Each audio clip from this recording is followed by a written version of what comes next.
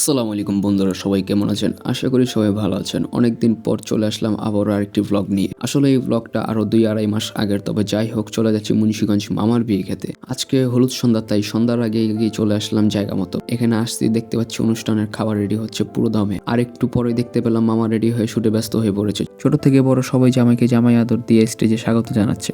জামাই স্টেজে বসে আনুষ্ঠানিকভাবে হলুদের কার্যক্রম শেষ হওয়ার পরপরই শুরু হয় নাচ, গান আর কুইজ প্রতিযোগিতা, যেখানে ছোট শিশু থেকে নিয়ে হাজব্যান্ড ওয়াইফ সবাই অংশগ্রহণ করেন। যারা যারা স্টেজে উপস্থাপন করেছে, ছোট বড় নানা ধরনের উপহার নিয়েই ফিরেছে, কেউ টাকা তো কেউ অন্য কোনো উপহার। এগুলো দেখতে দেখতেই ভোরের আজানের সময় হয়ে যাওয়ায় সবাই যার যার অবস্থান থেকে ঘুমোতে চলে যায়। পরদিন সকাল 11টা, ঘুম থেকে উঠে পুকুর ধারে চলে আসলাম রিফ্রেশমেন্টের জন্য। আর ওদিকে সবাই সকালের নাস্তা খিচুড়ি খাচ্ছে, যেটা মুন্সিগঞ্জের প্রতিটা বিয়ে বাড়ির সকালের নাস্তা হয়ে থাকে। আমিও নাস্তা সেরে ফেললাম।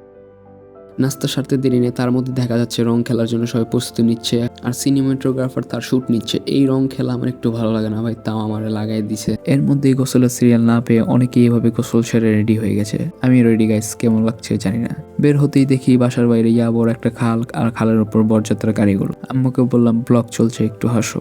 যেতে যেতে দেখি শুটার ভাই এখানেও পিছা ছাড়া নাই, তবে শুটার ভাইরা খুব ভালো সার্ভিস দিছে হোল ফাংশনে। তার মধ্যে নাচতে নাচতে এক গাড়ি আরেক গাড়ির সাথে লাগাই দিছে, কিচ্ছু করার নাই, এটাই বাস্তব। চলে আসলাম আবারও জায়গা মতো মুন্সিগঞ্জের বিয়েতে। এইভাবে বিশাল গেট সাজানো হয়, কার কেমন লাগবে জানি না, তবে আমার কাছে দেখতে খুবই জোস লাগে। যাই হোক, সবাই জামাইকে বরণ করে নিতে গলা কাটা দল ফিতা কাটানোর জন্য দাঁড়িয়ে আছে। অনেকক্ষণ পর জামাই এন্ট্রি নিতে পেরেছে, কারণ আরেকটু বেশি সময় নিলে মনে হয় তারা তাদের দাবি নিয়ে শাহবাগ চলে আসতো ভাই। আনুষ্ঠানিকতা পালন করে কাপড়রা খাওয়া দাওয়ার পাশাপাশি আমরা সবাই পেট ফুল করে চলে আসলাম চা খেতে। চা ছাড়া ভাই লাইফ ইম্পসিবল। তারপর সেখান থেকে বউ নিয়ে বাসায় ফিরতে পেরেছে। আজকের দিনের মতো সন্ধ্যা হয়ে গেছিল।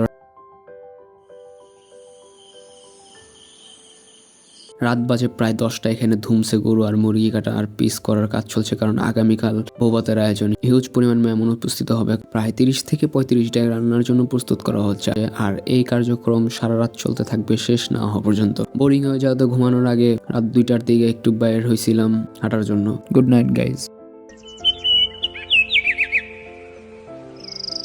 সকালে উঠে দেখতে পেলাম আর রান্না প্রায় শেষের দিকে সুন্দর মতো সাজিয়ে রাখা হয়েছে। আর এটা হলো বোরহানি।